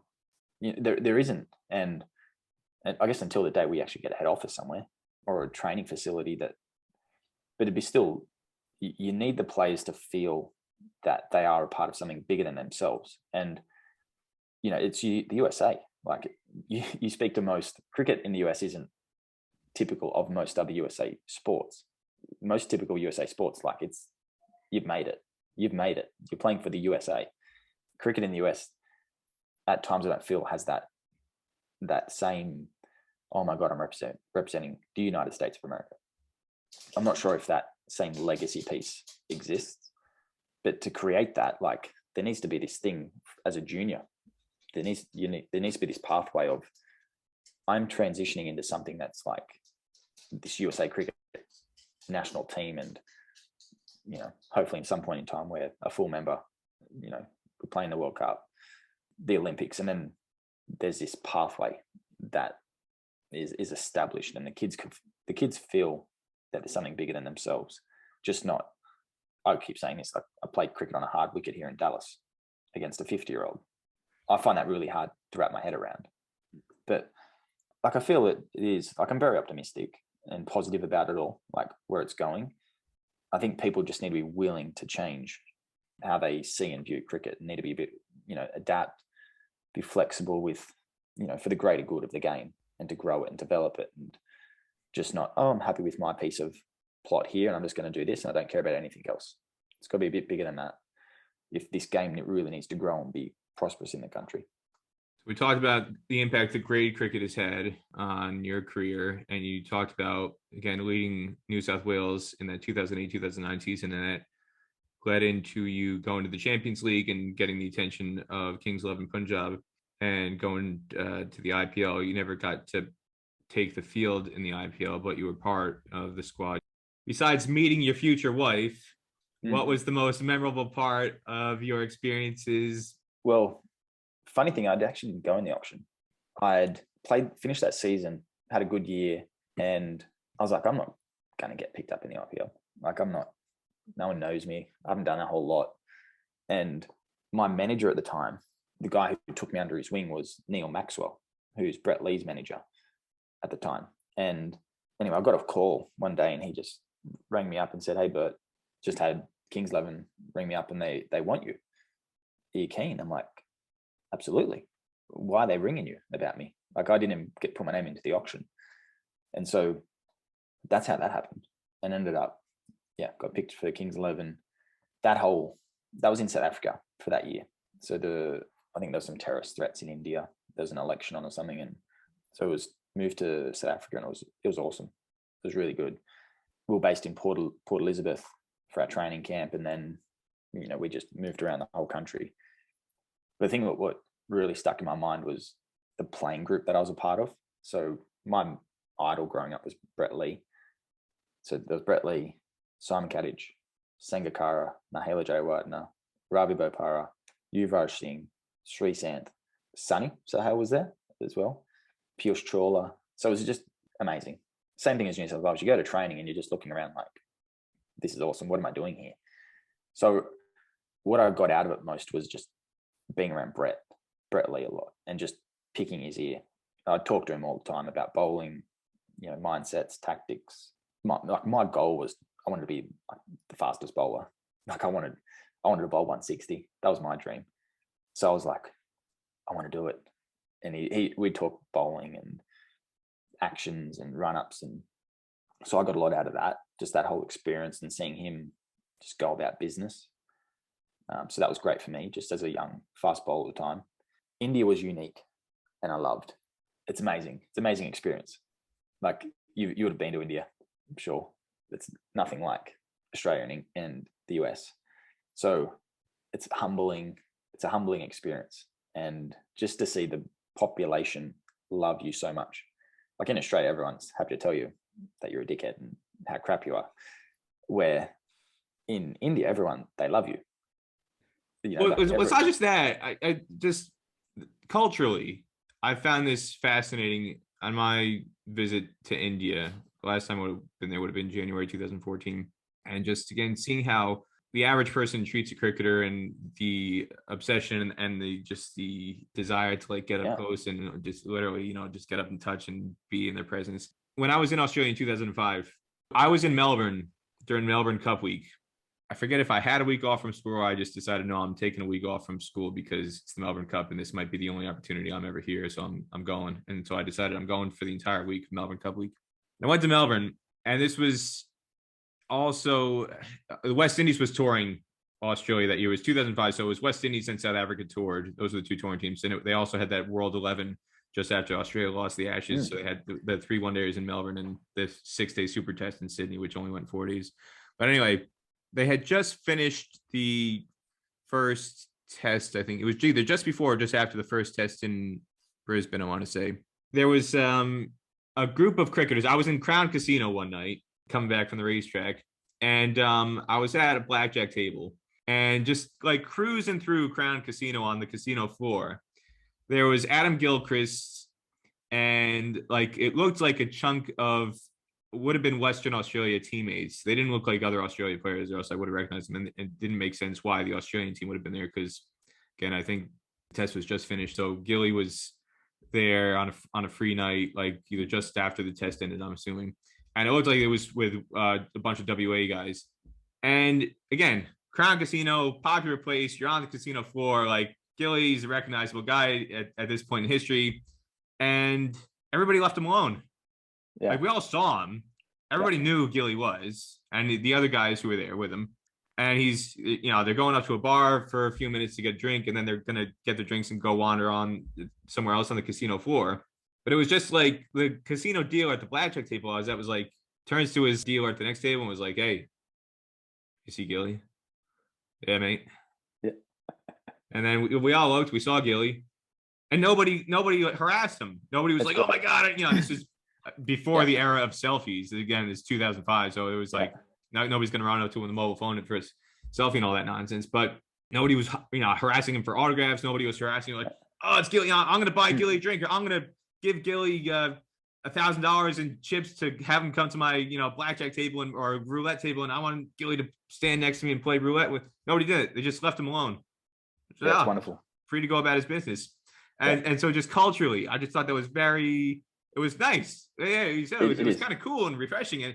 And like when in Rome, do as Romans do. I didn't at the time. I was like, oh my god, this is like Adam Gilchrist. This is one of the greatest cricketers I've ever seen in my limited knowledge of cricket history to that point in time. Like Gilly is like a huge deal. But I'm looking at everybody else, and they're leaving him alone. And I felt like I'll make a complete fool of myself if I run up to him. And I'm the one guy who's like, "Oh my god, Gilly, like please, like give me your autograph, or like sign my shirt, or please can I just touch you and never wash my hand again?" Like I just thought I don't want to do that. Just leave it be. So just that experience transitioning from that kind of atmosphere, where cricketers can generally go about their daily lives, and you can go into a supermarket and buy your own groceries, and no one cares. Nobody cares. To then go to India. Well, that's a whole other. You're going to a hotel, and you're going in the bus, and then it's just crowds, and then in the hotel, then there's also then all these supporters, and it was really weird. Like I didn't get bothered. No one cared who I was, but they still asked for an autograph and thought I was someone important. So I was happy to just play along. But for people like Sachin and Yuvraj, and just witnessing them go about it, like their daily lives, was like Priti Zintia was our team owner for the IPL, and her existence was constant. Everyone wanted a piece of her attention. Everyone wanted a photo. Everyone wanted an autograph. She had bodyguards all the time. she'd have to like put a veil on and hide her face when we'd go out for dinner just so no one would recognize her, just so she'd have some peace. And I'm like, I don't get that. Like, it's a funny existence that in Australia, this is what I was saying before, no one cares. There's this tall poppy syndrome and no one cares. Like you walk down Bondi, I just lived up the road from Coogee Beach. And so down in Coogee, most of the New South Wales guys live there. Cricket, East Rugby League, everyone lives in this area. So you're always seeing athletes everywhere, but no one bothers them. You see them, you're like, oh, there's Braithen Astor, or there's Michael Clark. And no one really cares. And it's nice. It is nice. You're not getting that in India. It's everyone wants a piece of your time and a photo. And it is what it is, and you keep everyone happy. But it was a very humbling experience over there. Like when my kids get older, I want to do a trip back over there, and this is India. This is an existence for some people. There's 1 billion people, and some kids will never be able to go to school or have a nice roof over their heads. And so that part of it really humbled me, that I get to fly home on a big jet to a nice house and play sport for a living, where most of these kids will never get an education and go to schools. And so it was a unique environment. Segueing from that, you talk about humbling experiences. Going to India is one, but also kind of the way your career ended. It was fairly abrupt to go from getting recruited and signing with the IPL, and that experience. After that, you played less than 10 professional matches after that happened. So you went from being in the most popular league in the world that year, like you said, it was in South Africa, to then all of a sudden having knee injuries and never really getting back to a position where you could perform the way you were able to when you were at your peak. And it wasn't a gradual thing. Like I said, it was very, very sudden. So what about that shift from going to such a high to going to such a low? Not that it happened, but again, the fact that it was just in a very rapid, condensed space of time, in terms of linear career statistics. What about that was the hardest for you to be able to wrap your head around and adjust to? I think I was doing so well, and I started to feel like I belonged. Like there's a pecking order with the bowlers, and you can see who's where. And I started to feel I was actually getting pretty close. I was bowling quicker than nearly everyone. I was starting to get more consistent. So I felt actually maybe I do belong here, and I'm feeling good. And being picked for Australia A and for Australia, and I felt I'm not far away here. Like I'm moving up the ranks.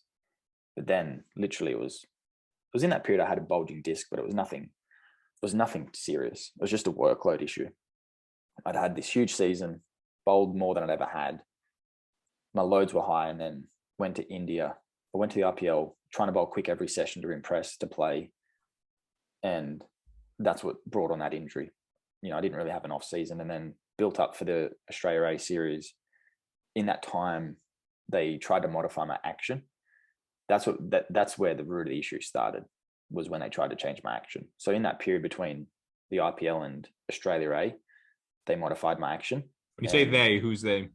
The bowling coaches at New South Wales. And it was a combination of people. There was the medical staff at the time. Like I'm not disgruntled at them. What I know now, and I think what we know now about bowling, I wouldn't do it. And I wish I was a bit more, I guess, strong-willed on the matter, and not, I disagreed, but because I was so new to the system, I didn't want to upset anyone. So you just play along with it. And so I wish I never changed my action, because it was working. And that's what they basically like, here's a fast car and now I want to change the engine and make it slower. That's what it felt like. And it's like, you didn't buy that. You bought an aggressive fast bowler. And so I changed my action, and I got picked for Australia. And I was like, oh, I don't feel good. Mentally, I don't feel good because I'm not bowling with my natural action. I'm still going through a modification. And so the action I'd changed to, I had to stay more side on, but I couldn't hold it. So what I would do to create the levers to bowl quick, I'd throw my front arm out more, and I'd counter rotate more, and then I'd laterally flex more. So I put more stress on my back than I did before, and ended up with a stress fracture just after that. So I went for Australia, got picked for Australia, was about to debut, was on the team bus. We were about to go to the game.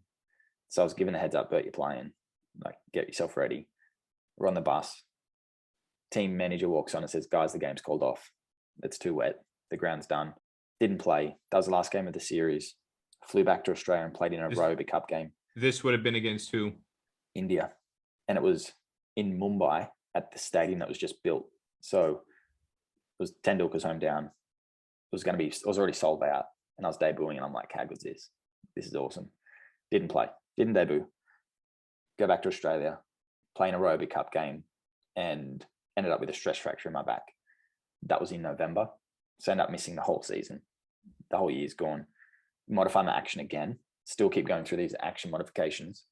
And as I start to come back towards the back end of the season was nearly over, but I was starting to come back. I tore my side, out for 6 weeks. Came back, tore it again, out for more, 10 weeks this time to make sure it did heal. And at this point, I was super frustrated and angry at what had happened, because I was committed to what they wanted and I was trying to make it happen and trying to make changes to my action. And so I did it their way, and I went away from what got me to being a professional cricketer in the first place. So what got me there, I now no longer was that same individual. I was this recreated fast bowler that was just now breaking down all the time. So I was frustrated that, well, I've done it your way now. Now I'm labeled this injury-prone fast bowler when I never was before, but I'm doing it your way. But now I'm labeled an injury-prone fast bowler. So I found that really difficult, that I was doing it their way and I was complying. So I was disappointed with that whole thing, and ended up getting to the point where after my second side strain, I said, don't care what you guys want. I'm doing this my way. I've done it your way for the last 2 years, and I've had more injuries than I've ever had. So I went back to my old action, felt good, and I had to work myself back through grade cricket. So I was playing in a T20 game. Played on a Saturday, felt really good. Got through like 15 overs. Sunday played in a T20, and I was like, and the T20 cricket had just started. It wasn't the Big Bash at that point. It was just the T20. So New South Wales versus the other states. And during that time, Pat Cummins emerged, Hazelwood, Stark. And because I wasn't playing cricket, I didn't have a chance to not unpick myself. I was just by the product of being injured. I was just now falling down the pecking order. So I was just, at this point, I was a head case. I was not in a good place because I was wanting to get back and play and get my spot back. And my first game, I just ran in so hard. Ran in so fast, trying to bowl quick, and I tried to bowl a bouncer and my leg hyperextended as I tried to bowl the bouncer and ruptured my ACL, tore my meniscus, needed a reconstruction of my knee. So got a hamstring graft, but that ended up getting infected. So was in and out of hospital, ended up getting my graft removed, and I had no ACL for 10 weeks in my knee because my knee had to settle back down and they needed the infection to clear up. So I was pretty lucky that the doctor was saying that if they'd left it in, the staph infection could have got into my marrow, in my bone, and I could have lost my leg, or it could have spread to my organs, and I was in big trouble. So they had to remove it. I was on antibiotics. I was in hospital for a while and lost a lot of weight. And then when that happened, that was 2010. I'd only been in the system for a couple of years, 2.5 years, 3 years. And in my head, I was like, my career's finished. I'm 25. My career's over. There's no way I'm going to be able to run in and bowl a cricket ball again at any intensity with my leg, how it is. So I basically came to the point of my career's done and I need to actually start thinking about a career option, where am I going? But at the same time, I still had another 2.5 years of my contract with New South Wales. So I was fortunate. So in my head, I'm going to use this contract. I'm going to see if I can get back and play again. So basically I just set up little goals for myself, and thankfully I actually got back playing second 11 the following year. But it was at the same time though that they released me off my contract, New South Wales.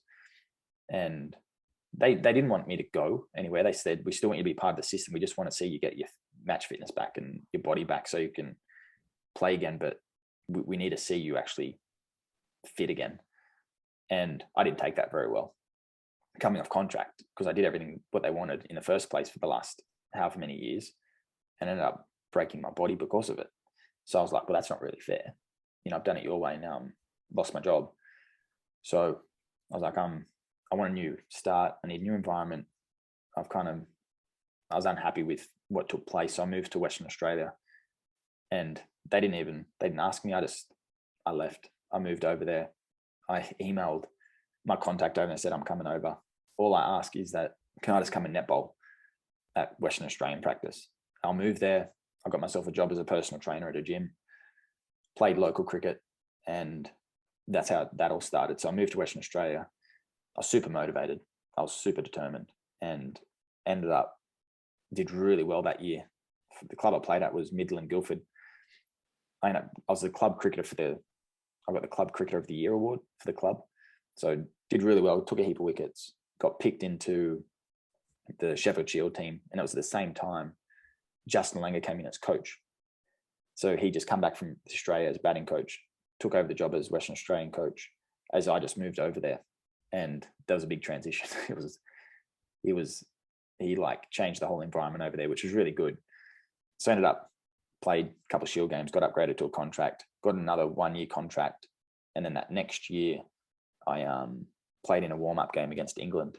Before that was the Ashes series that Mitch Johnson took pile of wickets. And so we played England in a warm-up game at the Wacker, and I landed awkwardly in the crease, the foot mark. So England had bowled first, and the crease was a bit uneven. I landed awkwardly and retore my meniscus in my knee, and that was it. I was done. And that was November. So started the cricket season again. The season was done. I was on a 1-year contract. I knew what was going to happen from my previous experience, and had to have surgery on my knee again. And that was it. Finished the year off, got my knee right, did all the rehab, and came off contract, and then just started my sports science degree at Edith Cowan University and got into coaching. And I was 27, nearly 28. So it was pretty difficult, to be honest, in the sense that everyone at that age, I should have been really, honed my craft, fit, a lot of experience, but I'd spent the last 4 years of that just injured, coming, just doing rehab programs. And it was painful because I'm not doing what everyone else was doing. I'm doing rehab, modified training, trying to change my bowling action. And it wasn't what I experienced for my first year and a half in the system, which was really fun. So it left a bit of a bad taste in my mouth, how I finished. And I always felt that I'd never actually fulfilled what my potential was, which is frustrating. But I'm also pretty thankful that I got to play cricket in the first place, and playing professional cricket opened the world up to me to become a strength and conditioning coach, to work at elite level sport. I got to meet my wife from it in India. So there's a lot of positives that happened out of it. But if I be selfish, I never got to fulfill really, or to have a real career playing lots of games to see what kind of cricket I could have ended up being. 14 games of cricket, Shield games doesn't really say a whole lot about what my potential could have been. What it does show is I was injury prone, which is like the thing that does tarnish it, is that I had a lot of injuries rather than, what kind of bowler I was. A couple more questions I have from PJ, and one of them is kind of related to this, in the impact of injuries and just kind of overuse and in the context of U.S. cricket and your experiences. But before I get to his questions, one more question I have for you. You talk about how it left a sour taste in your mouth, all these experiences, and it sounds a little bit like you fell out of love with cricket. So I'm curious, getting out of that environment and leaving Australia, going to Kansas with your wife, being in a place where, in Kansas, you're as far removed from a true professional cricket environment as you could probably be. Then what was it that made you, if you did indeed fall out of love with cricket or wanted to get away from it, just kind of separate yourself because of those bad feelings and that kind of how it affected you and left you feeling, what made you fall back in love with cricket or want to be back in a cricket environment in the way that you are with the USA setup, not necessarily as a player, but contributing in a strength and conditioning and a coaching capacity? Yeah, I think what I wanted was my own experiences. Like through what I went through, I'd hate for that to happen to someone else. So I wanted to, once I finished playing, I did my sports science degree and got into coaching. So I was very particular with how I coached and the words I use. I'm never going to say to a kid, oh, you've got a mixed action and you may end up with a back injury, but I'll do nothing for it. I'll do nothing for the kid to actually help him. So I wanted to get back into that elite level. I always wanted to coach in elite level cricket, even though it's not in a playing capacity, but I wanted to coach and use all the experience things that I'd learned and experienced to contribute back to the system, whether it's in a better way or not. We were never planning to move to the US. I was in Western Australia. I was running my own business, a strength and conditioning and cricket business. So I was a fast bowling coach at one of the private schools, Scotch College. I was a strength and conditioning coach at Guildford Grammar. And I'd also run my own strength and conditioning business out of the school after hours. So I was coaching as well as doing my sports science degree, studying. Literally just as I graduated, we'd found out about her dad. And so that's when we moved. But my goal in Australia was, just as I graduated from school, I wanted to get into one of the states, either Western Australia or one of the states around the country as a strength and conditioning coach. That never happened. We ended up moving. And the only place to be involved in cricket in the US is USA Cricket. So I ended up using my contacts and ended up being through Wade Edwards and said, I'm here. I'm an S&C coach, played cricket. Is there any way I could be of use to you guys and to help the players? And there was no S&C coach at the time. And so he said, yeah, we need some help. And that's how I got in. And it was just at that point, there was nothing in it. I was doing a lot of stuff for free. I was doing programs for free. I'd go on tours and only get paid if I went on tours. And it took a while before I actually started I became on as a contractor. But what I love most now is actually like contributing to the system and helping young players. And there's a lot of good things that I'd experienced as a player that I try and replicate or that I've learned from people, my mentors. But then there's a lot of things that how I was used, I would never want to do again, or to let another young kid go through that same experience. And I have a lot of feelings about it. It's just the sense of if a young kid comes in, let's say a Rohan Posnapelli, good young quick, and I see him, and then one thing that coaches love to do is they love to that's my kid, that's my boy, and they love to own that kid. And they're like, look what I did, look what I've created. So coaching, I'm not going to create a Burt Cockley model or what Burt Cockley thinks that Rohan should be.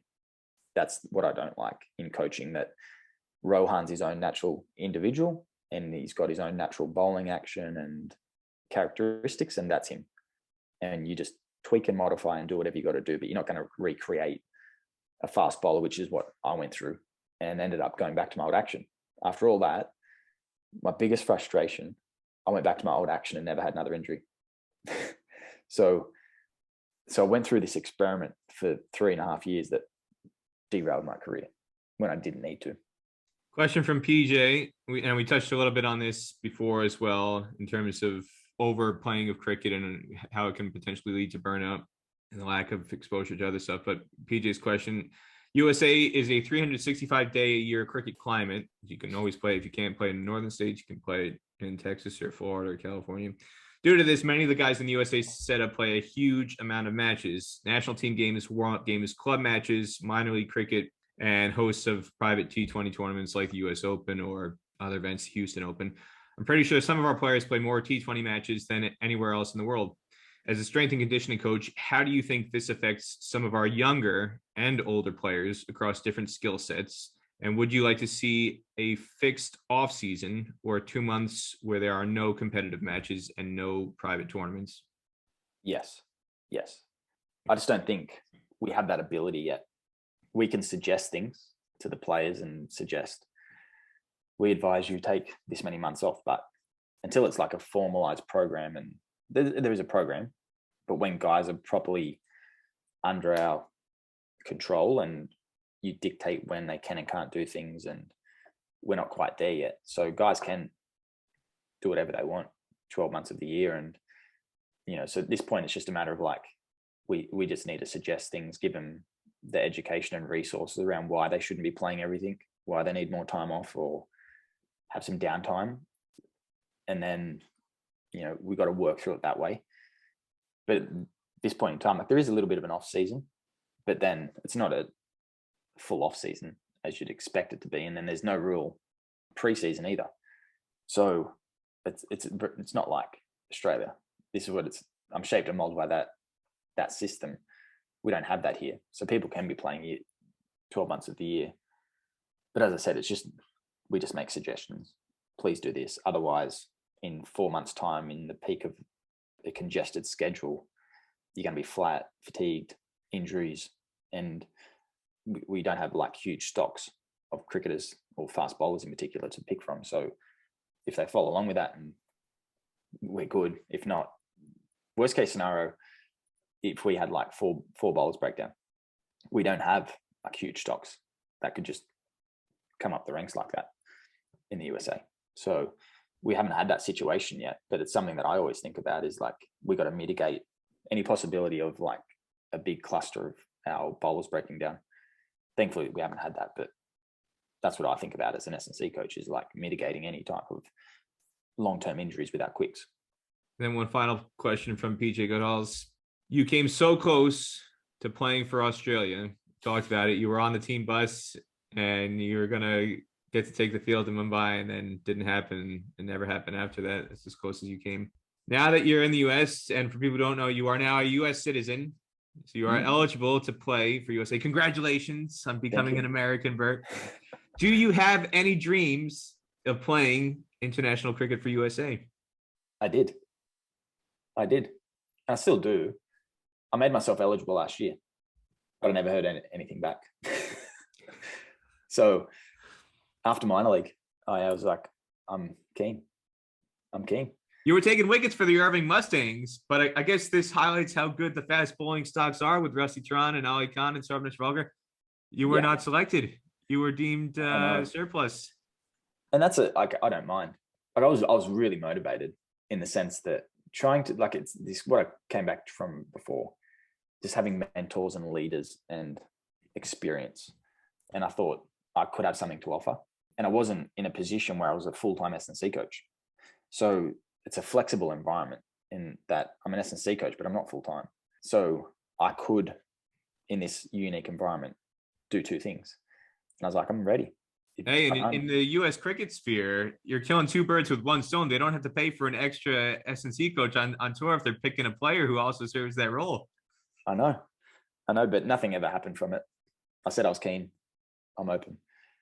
That was it. All I heard was crickets. The door is still open, though. You're still interested if it happens. You're 36. You have the injuries, but sort of as a function of that, you don't have the mileage on your body compared to a lot of other 36-year-olds. Yeah. So played minor league last year. And it's funny how it came to be about. I wasn't even thinking about playing. Corey Anderson asked me literally, it was like a week or two before it, if I was keen to play. I was like, well, I haven't bowled. I haven't played a game of cricket in 3 years, but I'm open. And I was down in Houston with the under-19s, and I borrowed Rohan's spikes. And I said, I just need to borrow these. I need to go bowl a couple of overs and see what happens. And I went out and bowled good. And I was like, maybe I can play. And I started bowling for the next couple of weeks and played that first game in Houston. Played for the Irving Mustangs, and it was good. It was literally like I hadn't stopped playing. I was sore. I was really sore, but it just showed like there's this part of me that's still got this unfinished business, and I never got to fulfill, playing at elite level or international cricket. So through the minor league, I was like, maybe there is a little bit left there that I could see what I can do with. But yeah. What would it mean to you now as an American citizen? And what would it mean to your wife and her family, just being an American now? What would it mean to you to represent USA? I think it'd be pretty cool. And I know it's a difficult environment because there's a lot of, expats moving over. There's not a whole lot of American born and raised in that team just yet. So there's that I do think about. That my original goal was to play for Australia.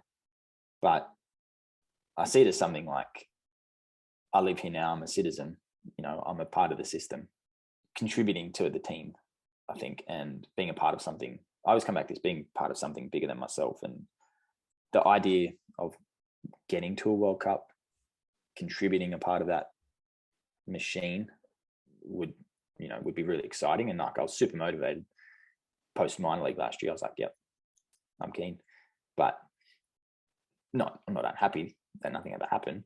But the idea of like being a part of something like that and getting the team up to that kind of level of cricket excited me. And we're going to get there. Like the bowling stocks are fine. Like they don't need me to come and play, and they're in a good place.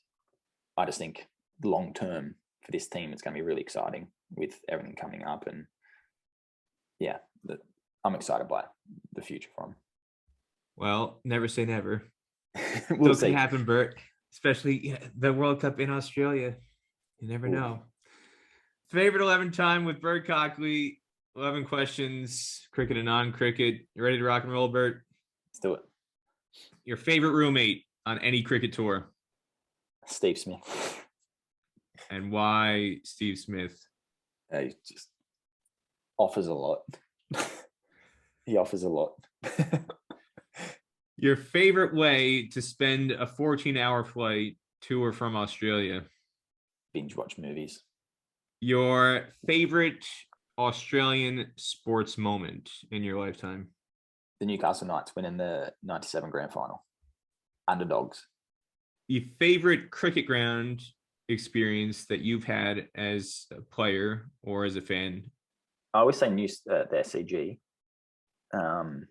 just because of its historical. But I'm going to give you a couple, if that's okay. The SCG, because of this historical presence. Adelaide Oval for the lunches, and it's old as well, like the Sydney Cricket Ground. And then the MCG was just overall, like it's just massive. Like you go to the MCG and you bowl, and the ball just like crack, and it just echoes through the stadium, and it's huge. And then you go back to their Sydney Cricket Ground, and you're like, this looks like a grade ground. It's a baby. Your favorite cricketer of all time? Brett Lee. Why Brett Lee? Just fast, aggressive. Just love everything about that. The intensity of the run up, the aggressiveness, bowling fast. I love it. I think I know where you're going to go with this one, but I'll ask it anyway. Your favorite non-cricket athlete of all time? Paul Harrigan. No, it's funny that not many people would hear about him. We typically go Muhammad Ali, but there's something about him that he's a blue collar, from the country, made it as a professional rugby league player. Just everything that he stood for as a human being. He was a good person. He was all about teammates and mateship, and he led the team. And those traits I just love. I love that in a sportsman. And he, for me, just was the epitome. Your favorite place to eat out on tour away from home? I miss this from Australia, is going to a good coffee shop and getting a good coffee and banana bread. Here you just go to Starbucks and you get crappy coffee. I miss going down to Coogee Beach, and there's a couple of really good coffee shops, and we just go get a coffee and a banana bread. I miss that. Your favorite beverage of any kind? Espresso. Espresso. How do you take your espresso, Bert? Well, I put a little bit of milk in this one, but I basically have like 3 shots of coffee every day, 2 cups. I have one for first when I get up, a few more hours later, and I'm on my second one now. Yeah, strong dash of milk. Your favorite pizza topping? Pineapple. Just pineapple, not the ham and pineapple, just the pineapple. Well, as an ingredient, I always go for like a meat lover's pizza and a barbecue sauce and pineapple. But the pineapple is what makes it. The sweetness. I've got a sweet tooth. Your favorite movie of all time? Shawshank Redemption. Hope can kill a man, Bert, especially in U.S. cricket. Hope is a dangerous thing, Bert. I like that. It's good. Your favorite show to binge watch, whether it's on Netflix, Amazon Prime, Hulu, Paramount Plus, any other streaming service, or a DVD box set. What's your go-to when you've got a lot of time to kill? I love documentaries. I'm actually I love history, like World War I, II, the Roman conquests. I love all that history through, 1,000 years ago, or Napoleon, and documentaries on that stuff. So if we ever do a road trip, I listen to podcasts on like history. That'll be like a 3 or 4 hour podcast, and I just like zone out. And so I love that stuff more so than TV shows. Fascinating. Is there any one particular subject within that sphere of war history, World War I, World War II history, Roman history, that really is a favorite of yours? Well, Rome in particular is fascinating. This civilization that emerged and then just basically just not disappeared, but fell apart. So that whole conquering and of the world, to me, is amazing. They just, obviously it's not a great thing, but just those conquests they went on, and also then like Genghis Khan, through Mongolia, and going into China, and then going west, just that whole thing, 1,000 years ago on a horseback, just is amazing. Like I love trying to put myself in those shoes of those people in that time. And like even now with Ukraine, like here we are, like I'm middle of America, things are pretty good. The existence of some people in the country like Ukraine, they're fighting for their country right now. And just if you go back 1,000 years, that's what it was like. Any country, you could be getting conquered at any time. So we live in a pretty good time. So I always like to, think about how things were in the past and how good we have it today, and we're pretty lucky. So for me, it's just like a bit of a reality check, and just how good it is. And it is pretty good, whether you're in Texas or you're in Kansas or anywhere else in certain parts of America. Lucky. Burt Cockley, USA Cricket strength and conditioning coach, who's also doing some work with Major League Cricket, minor league cricket. It's splashed right across his chest. If you're watching the video version of this podcast, show it again, Burt. There it is, Burt Cockley. Thank you so much for coming on the Stars and Stripes Cricket Podcast. I'll give you the final word. Anything else you want to say about your journey in cricket, or anything else you want people to know about you that they might not know about you already from either listening to this last 2 hours or anything else they've come across you during the course of your career? Good question.